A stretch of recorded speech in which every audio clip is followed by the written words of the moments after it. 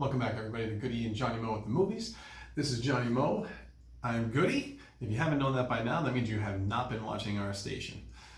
We are at episode 23 tonight, and we are going to be doing scary stories to tell in the dark. Yes, but first, quick shout out to friends and family of Goody and Johnny Mo. Want to give a quick, big shout out to all the friends and family that showed up at the second annual Momo 7 Film Festival that happened a week or two ago. I had rented out the movie theater in Sayville, and we saw classic Disney film Lady and the Tramp, which we're not going to review. But we also had a cartoon beforehand. We actually saw the very first Fleischer Superman cartoon from the Fleischer brothers from the early 40s, which was 41 or 40? It was either 40 or 41, I forget. Those were actually really, really good cartoons back in the day. Some of the most expensive cartoons ever made, and definitely gave Disney a run for their money at the time. So it was actually kind of fun. So just wanted to throw that out there. And thank you to all of our podcast listeners that have been picking up over the last couple of weeks. We're happy to see that that's off the ground and you guys are listening and paying attention. That's great. And to all of our YouTube viewers out there, thank you guys very much. Hope you keep tuning in. We're going to keep trying to build this show as we keep going forward in the future. Now, what are we drinking? What do you got? Well, I am drinking a very large mug filled with Australia's finest. This is Foster's, but not the standard blue can, the lager. This is the green can, which is the ale, which I'm actually not that familiar with, so I was actually looking forward to trying. I don't know that I've ever had that before. Maybe once before, but I don't remember it. I didn't even know that existed, so yeah. Thank you for sharing that. Yep.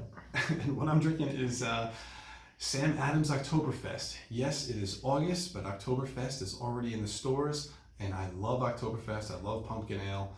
I will probably be having that one on the next episode. So with that, cheers. Alrighty. Okay. Oh, that's a big beer. Oh, there you go. Oh, there is a lot to that. And I guess there's going to be there's something going on with this movie, right? What do we got going on with this movie? Scary stories, scary stories to tell in the dark. Okay, so you were a little misled. I was a little misled because when I originally first heard about this movie, I think I just literally saw it as an advertisement in movie theaters, like on like some billboards that do like coming soon. And I guess I didn't read it very well because I thought this movie was directed by Guillermo Del Toro, and it turns out that he produced it, and I think he might have even did the screenplay, but he didn't direct it. I'm actually a big fan of Guillermo Del Toro. He's one of those new, I think what they're calling like the new wave of Mexican directors. He's actually done a lot of films. He just got a star on the Hollywood Walk of Fame. Deservedly so. He just got it. You know, he's got he won big at the Oscars either last year or the year before. I forget. For a couple of years. For Shape of Water. Yeah. But he's really known for I think his best movie is probably Pan's Labyrinth, which I think came out in 2006. That was really, really good. But he's also done like the Hellboy movies. I think in Pacific Rim. You know, he's done a bunch of movies. He actually has a lot of credits for directing, producing, writing. And as it turns out, and this actually makes sense, he actually did. He was involved in special effects makeup effects. Really? Back in the 90s, I think. I think that's where he got his start. I was on IMDb.com earlier today, just kind of looking at all his credits, and he's got credits in a lot of different areas in film, and he had a bunch for makeup, which probably, if you're familiar with his films, he's got a lot of fantastic looking creatures in his movies. Yes. And I think that, you know, I think that's on purpose. I don't think that's by accident. You know, I think that's totally his style to do these kind of like really kind of exotic, outlandish like looking creatures that actually look very distinctive. They're not generic. Well, hearing about his makeup background, that actually makes a lot more sense. Because Yeah. the ideas he probably had, and I'm wondering if he even did like concept creatures and face makeup and all that stuff for pieces that we never even got to see on screen for some of these films back in the 90s. Yeah, I think so. And I think whatever movies he was doing, recently, I think he probably had a lot of ideas about the look of how he wanted things to look like. And not necessarily that he was, doing it himself, but put the people that were doing that in the direction he wanted them to go with. And probably even provided like initial designs. Like that wouldn't surprise me one bit. Especially for with all the different types of creatures that were in Pan's Labyrinth, and the Hellboy movies. And even though The Shape of Water only had like the one creature, it still was actually kind of very distinctive and cool. Because a lot of his movies do have a certain type of feel to it, and I like that. And so when I thought this movie was being directed by Guillermo Del Toro, I was, and just from the scenes or previews that I saw for it, I was like, oh wow. I'm like, wow, this could be really, really good. And then it turns out he produced it, so I think it had his touch, but I don't think it had the full touch of if he had actually been directing. I forget that the name of the director was Andre something, but it's someone who I think has worked with Guillermo Del Toro before. I think in capacities. I would expect that this is someone that he's kind of, I don't know if it's necessarily mentoring, but like fostering or enhancing his career. Right. Trying to bring up the next generation of directors with the same background of him making the same types of movies. Because I think Guillermo Del Toro is probably getting on in age. He's not 80 or anything like that, but he's probably in his 50s, if not his 60s, for sure. I would imagine he's probably in his 60s. He's getting, and he's finally getting the accolades he deserves across the board. But I think like any good movie maker, you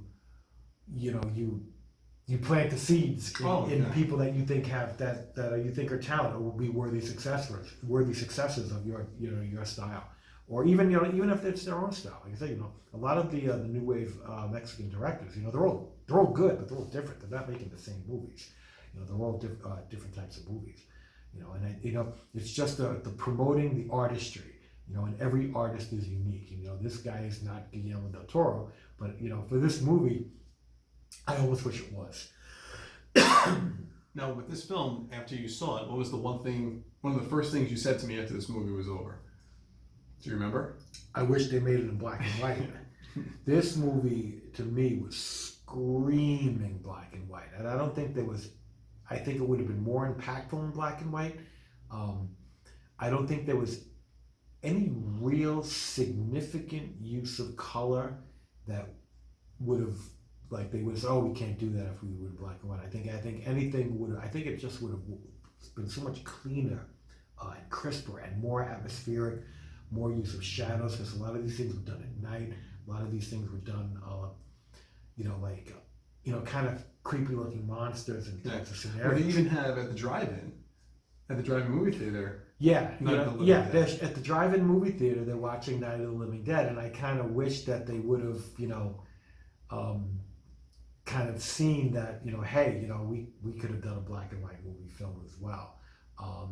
Now granted, Night of the Living Dead is an unbelievable film, very effective in black and white, even though that was probably an unavoidable choice in their part because it was such a low budget film. I'm sure they couldn't afford it in color. Right. But not for nothing, that film in color would have been horrendous. It wouldn't have looked right. Your mind fills in the blanks of the color. Yeah. But when you have color and it's not done right, it just looks gaudy, looks goofy. I enjoyed the color of this film. I liked certain scenes, especially when you're dealing with the scarecrow scene. The corn stalks, the cornfield that's out there, even the colors of the scarecrow himself, I thought that kind of popped a little bit more. And then when they're in the hospital, when that red emergency light goes on, that definitely sets a little more of a scarier tone. And then that the other guy's nightmare starts to come alive, and you start to see that. Well, I see. It's not that they didn't use color effectively. I just felt that they could have gotten more out of the use of black and white. So whatever things that they did with color gave you this much, but I think if they had used black and white in a lot of these scenarios, it would have been, you would have lost those color things, but you would have gained a lot more. I think in the haunted house, the black and white would have been really cool. Yeah, and nothing in the corn stalks. That to me was the scene that I think would have enhanced the most in black and white with the use of shadows, and there's a great scene that I love that probably almost nobody knows about. There's a movie called I Walked with a Zombie from like 1943. Jacques Tourneur, who's a very kind of atmospheric type director or producer, and there's a scene in there that takes place at night, like in a field, and I'm not sure if it's a cornfield or some other type of field, but it's like with all like the hundreds of thousands of different stalks all like against each other in the moonlight, and the person walking through like very silently. It just created such an unbelievable, really, really cool effect. And I was sitting there watching the scene going, wow. Now, it reminded me of that it could have been like that. And if they would have done this in black and white, I would have thought that scene would have played so well. And I can tell you right now, 40, 50 years ago, that would have been an option. Like that would have been a clear and legitimate option on the table, because black and white films were made quite often, even into the 60s. And just because they were cheaper to make. Well, no, but people did it as a choice as well, as an artistic choice. Certain movies would have played well in black and white. Certain movies, a lot of times the choice to use color was because they were planning on doing a lot with the color. But there's so much you can do with black and white. If you use that choice, you get so much out of it. And I just felt that this movie would have been, I think, great in black and white. And I just feel like whatever argument there was to do it, like the studio executives were just like no, or even the climate today in films, it's just you just make color. Almost nobody does black. You don't see it as often, which is a shame. But for me, I thought the film started off a little slow. I don't know if you felt that way, but I wasn't. To me, I almost feel like the movie didn't really start going until the first friend starts to eat the toe in the stew. Oh, that's well into it. That's like 35 minutes or so into the movie. That's pretty far into it. No, that's not true, because the first thing that happened was the scarecrow. Yeah, Harold. Harold. Yeah, okay. Harold was the first. Okay, story. no, I'm sorry. I take it back. That's when the film started to go for me, was when that happened. I forgot that happened first. Yeah. So basically in this movie, spoilers for anyone, again, who doesn't know what we do, we always talk spoilers in here. To kind of give you a little bit of a summary here, what ends up happening is these kids on Halloween end up going into this haunted house, and it's a big folklore story that goes throughout the town that goes back decades, about a girl that was locked in a room and then that was found and that she had committed suicide later on. And her family didn't really treat her well, but she would write stories, and there was a myth that if you listened really closely on was it on Halloween, I think it might have been. Could have been any time. You could ask her to tell you a story, and supposedly kids would hear voices of a story being told. So these kids go into the house and they end up grabbing her book or journal almost. Well, her storybook, and then all of a sudden, as the movie starts to progress, these kids start to see stories being written as they're watching the book, and whatever's being written on the page actually happens. Yeah, I found. I was really hoping this movie was going to be better than it was, and it's not that it was bad. It was actually a good movie. I think I give it like 3 stars, but not a solid 3 stars. I wish it was like. I get like a 2.5 rounded up to 3. It's like a 2.5 rounded up to 3, and it's like, to me the movie was almost along the lines of the type of movie that any director would have produced. To me, it was except for it had a couple of extra notches because of Guillermo Del Toro's involvement, but it just wasn't enough, in my opinion. It was I think you really got the Guillermo Del Toro's influence, I think, in the presentation of the creatures, and I think a little bit of the storytelling as well. I thought those were creative. Yeah. I thought that so basically the creatures all take on the form of these kids, like either a nightmare or like an old tale or story that had been told to them when they're younger. Yeah, and it's basically they come to life. And they come to life. So it's basically these kids' fears like coming to life. Yeah. And it's I thought the Scarecrow was good, and I think that was actually the best one. I liked Harold. Harold was the best one, and I think even the filmmakers knew that as well, because that was the one that was used in most of the promotion. Absolutely. You know, so what I didn't know when I found out is that this whole movie is based on a series of books, or a book or a series of books. I think I want to say it's a series of books. So I think, and it's not a series of books I definitely haven't read, I'm definitely not familiar with, so I think they are slightly beholden to the source material, and I don't know how much they were true to it or how much they strayed. But like, it's one of these things where it's like, I hope they weren't constrained by the visuals in the book, because was it illustrations, you mean? And they kind of go along with that? Like maybe they were forced to go along because just to give a parallel, like the Stephen King movie The Mist was based off of a short story by Stephen King, but one of the people involved in the look of that film and the creation of the creatures was Bernie Wrightson, who's famous, comic book illustrator of horror and macabre, and so he put like his influence in those designs and kind of like, made them, I think, in my opinion, more interesting than the standard. It definitely would enhance them. Yeah, standard movie that you would expect from this type of genre. So you get like someone with really good imagination and artistry behind that scenario. You wind up with a slightly superior product.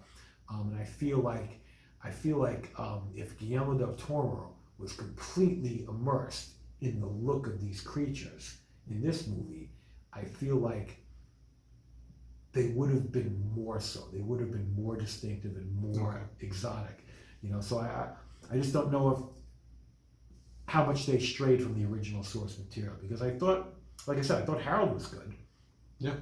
The woman with the missing toe. The woman with the missing toe was kind of freaky, and that was, of all of them, I think that was the one where that left the most to imagination, because it was more like behind the door and around the corner.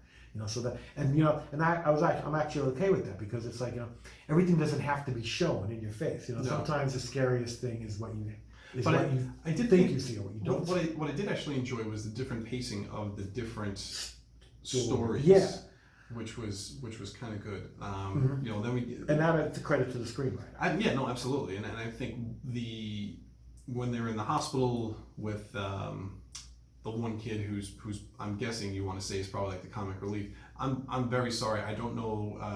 We didn't look up the names to any of the actors in this. Yeah, there are only 2 people in this movie I recognize at all. One was the main girl's father, who is the bald guy from Breaking Bad, the brother-in-law, the cop, he was a DEA guy, agent, and his role was actually kind of small, but I think important.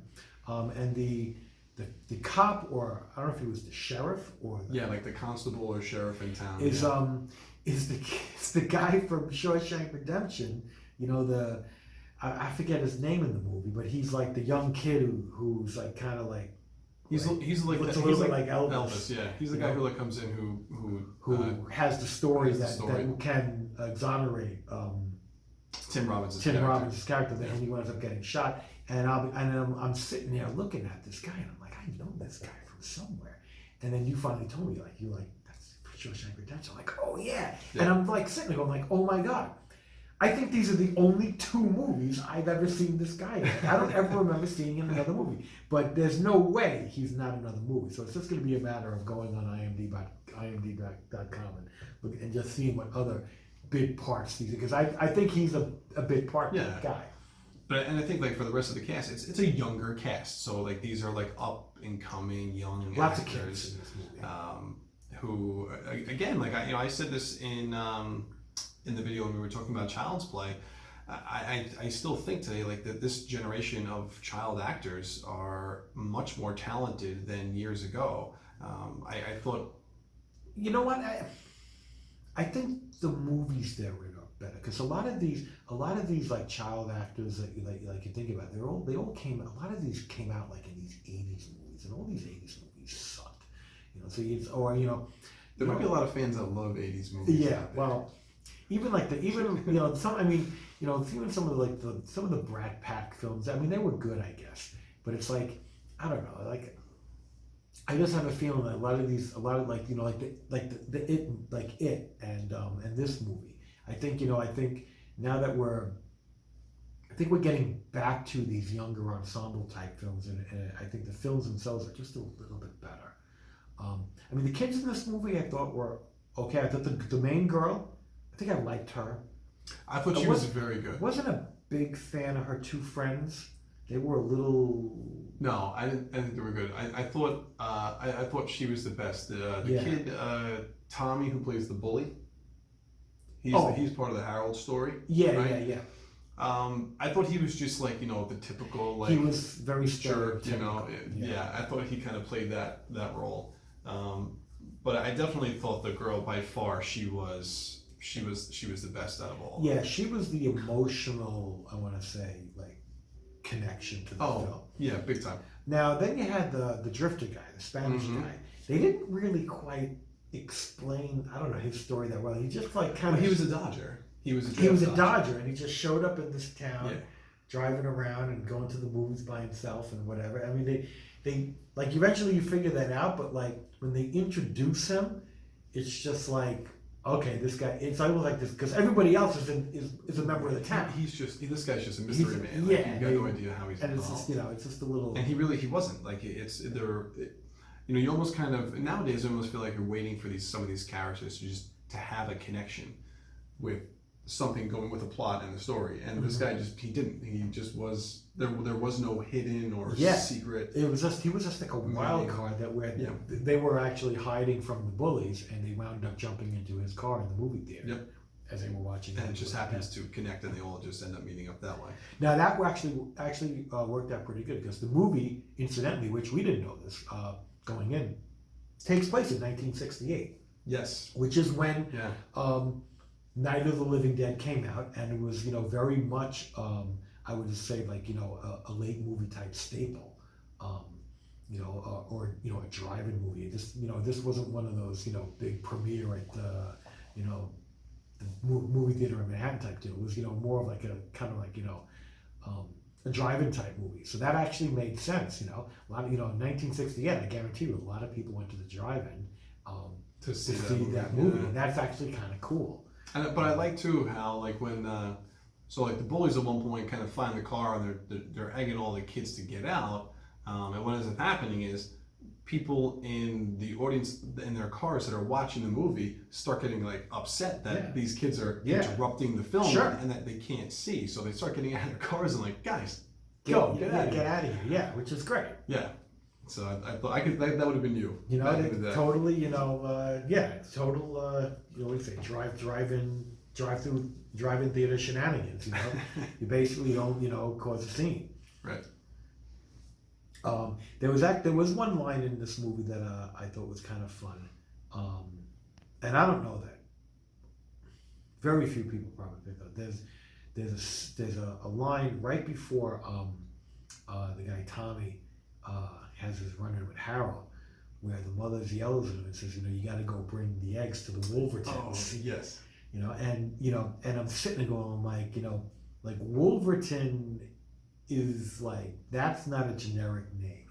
And I guarantee you, and I'm curious if this was in the book, I don't know, but I'm pretty sure that's a reference to Basil Wolverton, who was a very well-known artist in I would say definitely the 50s, maybe the 40s, maybe the 60s, but definitely in the 50s for sure.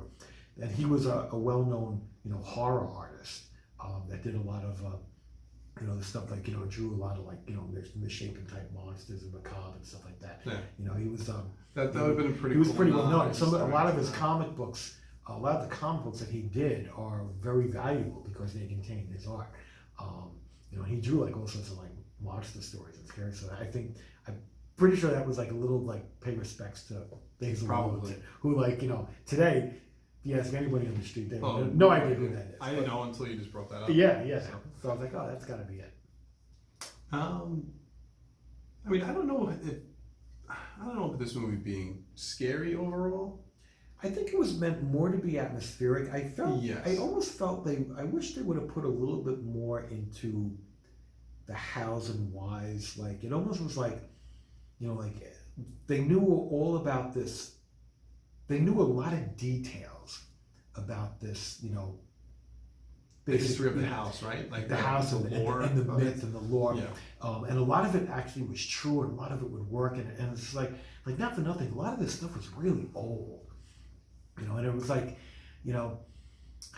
Like truth gets lost over time. yeah, exactly. So you would think that it's not something fresh and current, And they didn't quite. I don't know that they really explained how was it just her spirit just being pissed off at what happened to her that she was able to do all these things? I think so. I think that's kind of what it was. Because it just seems like her spirit was trapped in the basement. Yeah. Now, one thing I didn't quite get was I don't know how the bullies found them at the haunted house in the beginning, because they were like, oh, they got away from the bullies and said, hey, let's go to a haunted house, and they either drove unless they were being followed.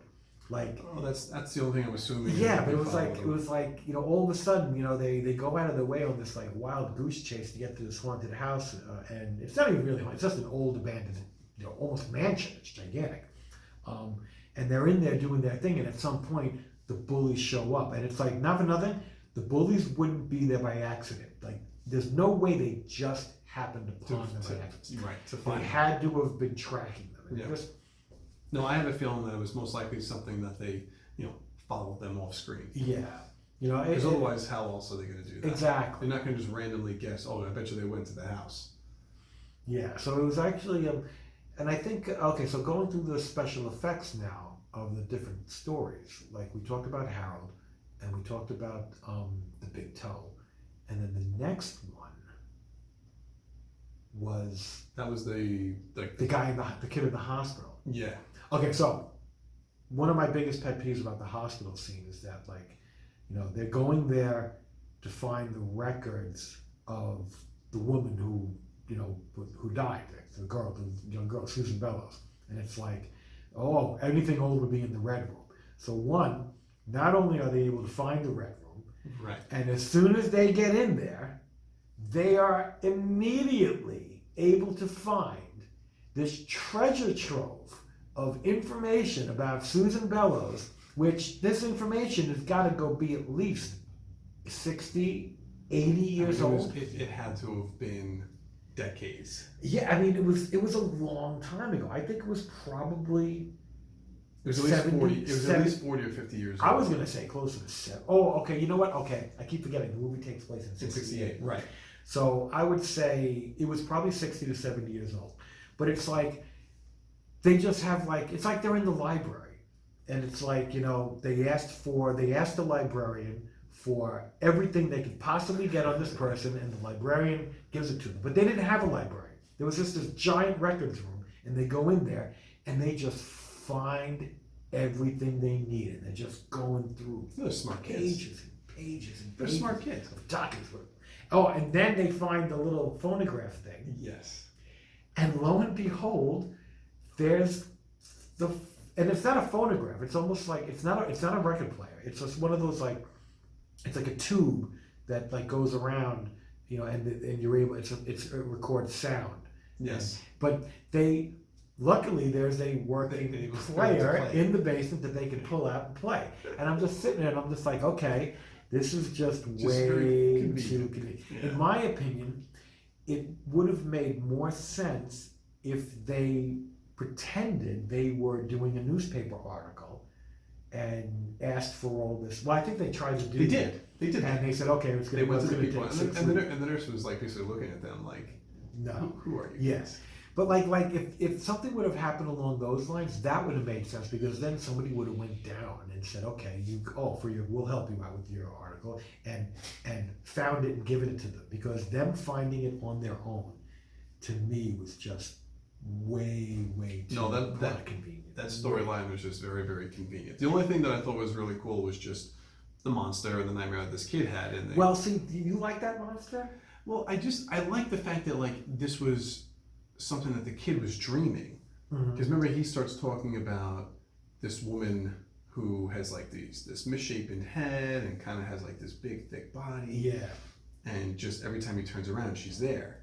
And so that's basically what his story turns into, is that this woman starts to just like kind of follow him, and then eventually, no matter where he turns, he kind of gets cornered, and he's at like a crossroads. But every time he turns around, he sees this thing, until finally it's right up in his face and just literally like kind of engulfs him. Yeah, just like pulls him in. And that to me, I thought that monster was.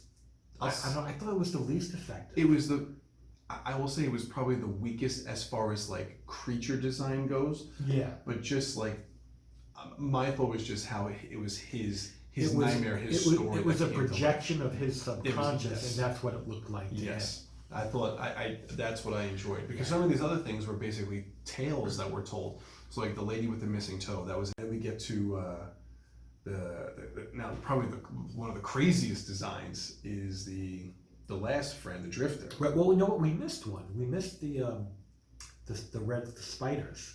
Oh, the sister. Yeah, one of the guy's older sisters.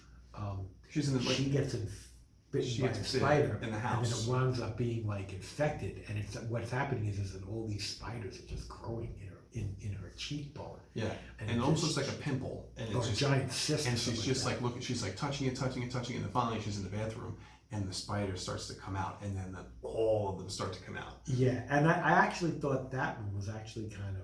That was creepy. Yeah, that was very creepy. That was really creepy. And you know what? Not for nothing, I think that would have looked great in black and white. Like I think you would have seen like the black tendrils of the spider legs coming out. I think that would look great in black and white. Yeah, you know what? I almost forgot about that one. Yeah, no, that one's, because she's because that one was quick. Like that's what I mean. Yeah. Like the pacing of things were. I liked how the pacing was different for each one, and that to me was a quick one. Yeah. Now I don't know that I buy that. They kind of said that her character was like, was stuck in an insane asylum somewhere. Like, yeah, that didn't make sense. That didn't make sense to me. She was there in the end. Well, they got her out. They get her out of the insane asylum. Yeah. Like, not for nothing, if your mind is snapped, you telling them what happened is hell, you're insane. But to me, like, I think she just would have had. I don't think she would have been crazy. I think she would have been like, one, in the hospital fixing this wound in her face, and two, getting just some counseling.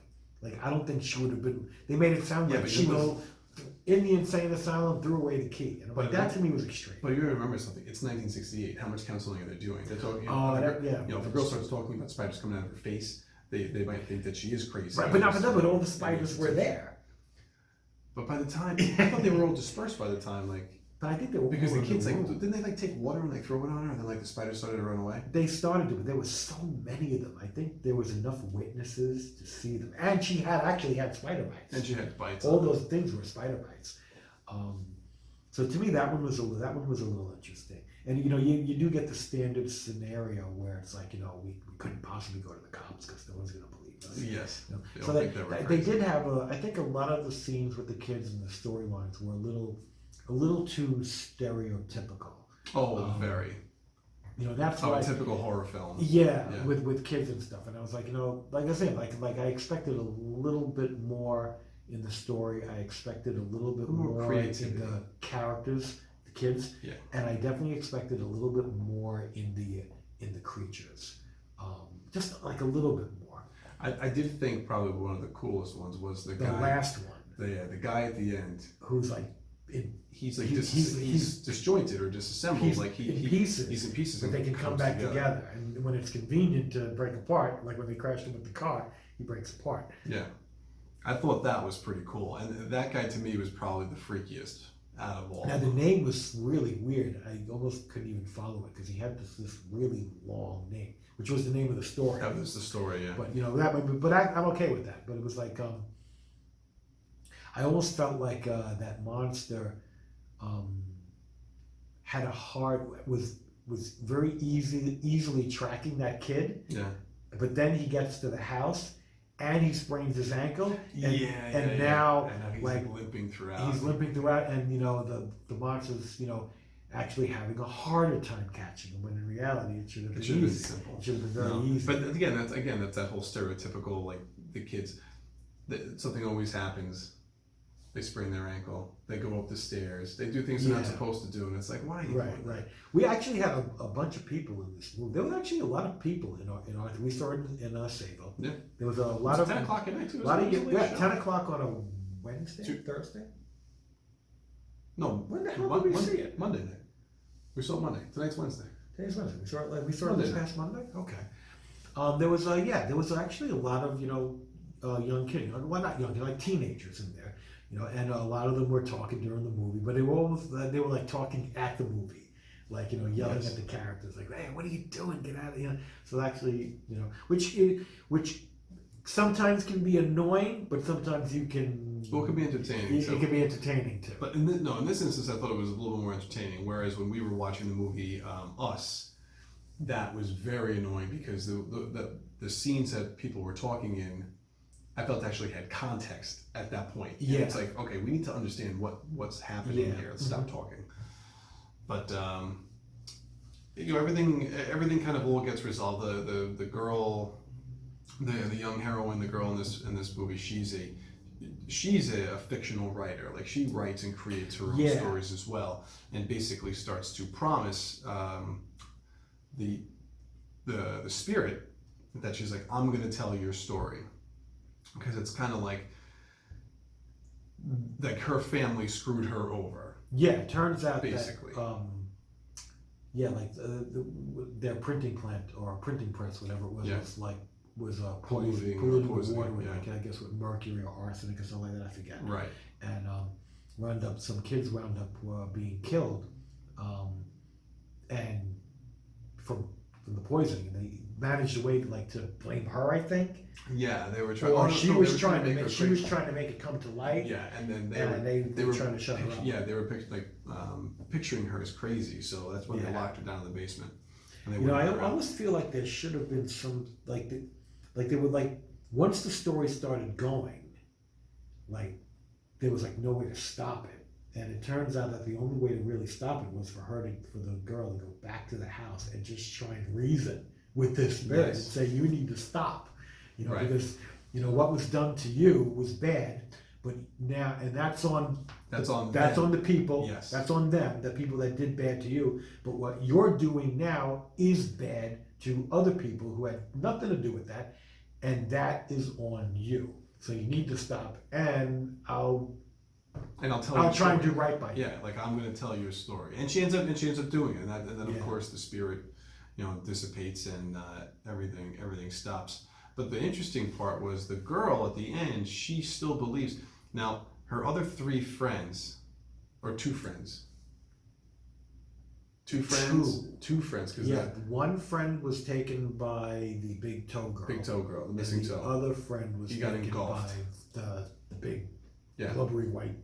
And then the scarecrow, and then Tommy becomes the scarecrow. Yeah, but in theory, maybe he's savable as well. Right. So the girl believes that she thinks her friends are out there somewhere, that she can save them. So the whole ending is left a little bit open, where it's it's the girl, and then I guess you want to call her the boyfriend. This was the drifter, and then they take the friend's sister. They take her out of the asylum or the hospital, and then now they're kind of on their own path, and you kind of just see them driving away. But she's got this inner monologue talking, and it's about going to find their friends, and she feels like they can be saved. There's an answer to that somewhere in the book. Yes, and they have her book. So it's, and in all honesty, what they should have done is I felt like at no point did they think it was a good idea to read some of the earlier stories. because of those early... Well, the girl did, because she recognized the names when they started. So when they started finding the files of all those people, she's like, "Why do I know those names?" Yeah, okay. And then she I feel goes like they into should the have book. did that more, because Yeah. it probably would like solve some murders. Oh yeah. You know what I mean? Like, it would make sense. Like if they had like unsolved murders, and then all of a sudden you start to like piece. Especially if everything if these things happened, you know, at some point when, you know, after the fact, you know, where she was still, you know, doing like, because all those stories apparently were this type of scenario where where someone was killed, but because they did talk about, like, you know, kids that died. Yes. And I think it was not just the ones from the Mercury. No. Like, I think there was more. Yeah, people that were involved in the book. Yeah.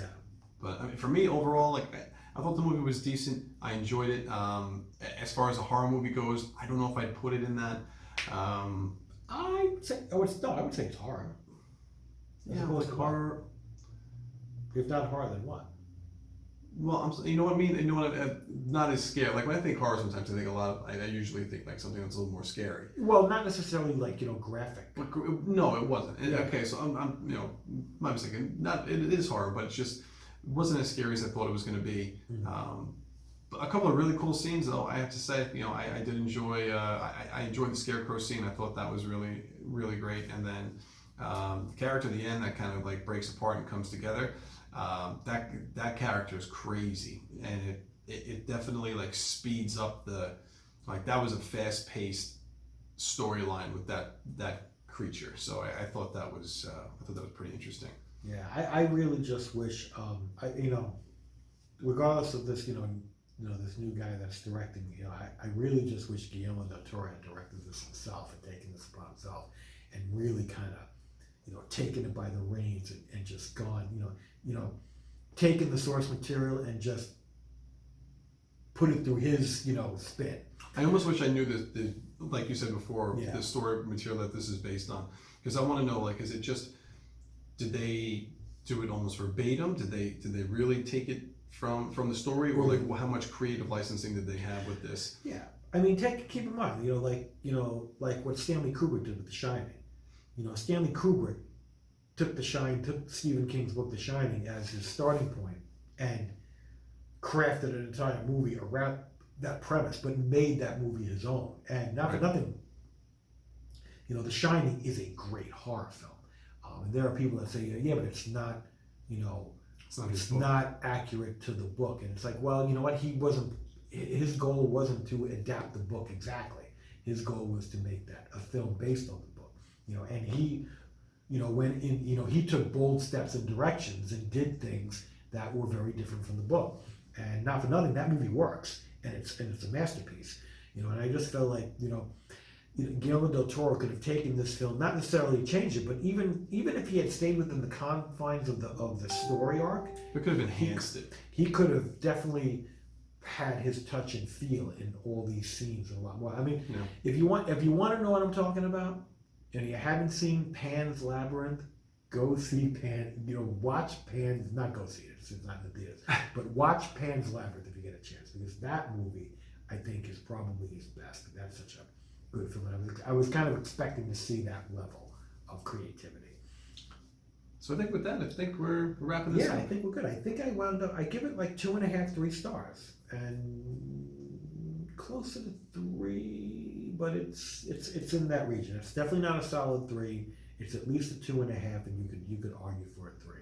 But I'll be honest with you, going into this movie, I was expecting like 3.5.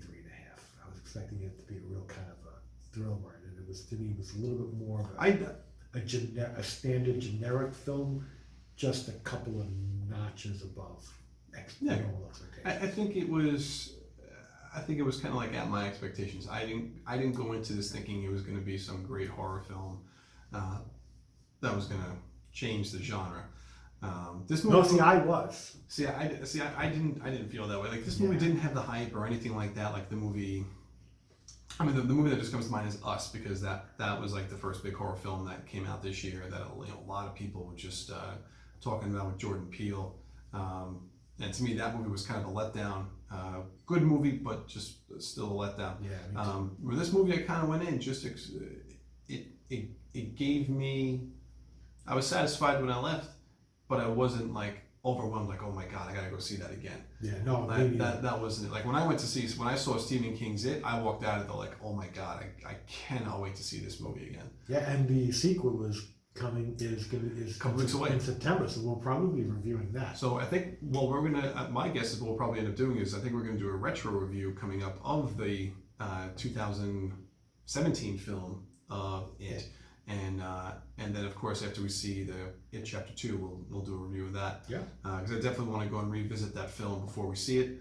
I want to give Johnny a little refresher because I don't think Johnny probably hasn't seen that since we saw it in the movie theater. Yeah, and I was I see I'm in the minority on this, but I thought that movie was just okay. It didn't blow me away like some other people did. I think I knew it got really good reviews and this and that, and I was just like, I thought it was just okay. I thought it could have been a lot better. I was expecting it to be a lot better, but I'm hoping. The book is one book with the kids and the adults. This is really, really like one story. It's the two movies. Excuse me, I gotta sneeze. These two movies. If I'm curious what the total package will be. If you put the two, because the book is told. Goes back and forth. It goes back and forth between adults. There's the whole kids storyline and the whole adult storyline, and the book goes like this. It just interweaves throughout. And in the movies, basically, they just did the whole kid and the whole adult. I don't think Chapter 2 is that way. I think Chapter 2 is going to be a lot. You're going to have the adults, but I think you are going to see some flashbacks. To the kids? Really? Yeah. I don't. They might not. There might not be enough time because in the book, this movie's over 2.5 hours long. Yeah, they got a lot to go through. Yeah. Because the book is one of his longest books. Oh yeah, it's probably his second longest book. The longest is the unabridged version of The Stand. I think it is the second longest. So I think it's going to be a little preview for when we get into the retro review. And It is my favorite Stephen King book by far. Like by far, I just love it. It's so good. If you've never read It, you got to read it. So hope that gets you excited for when we start doing our retro review in a couple of weeks. So guys, look forward to that. I have a lot more beer to drink because this is not even halfway done. I don't even know if there's anything else really coming up between now and It that we like have to go and see. No, well we might. I don't know. We talked about how probably start doing some retro reviews. Maybe get some of our retro reviews. Yeah. All right. That sounds good. Cool. So everybody, with that, we're going to sign off. Yep. We hope you guys enjoyed. Thank you guys so much for watching and listening. So please, if you guys haven't, please subscribe, follow, like, share, whatever you can with via the podcast and via our YouTube channel. We hope you guys enjoy. Enjoy the rest of the night. Yep. Cheers, everybody. Have a good one. Cheers.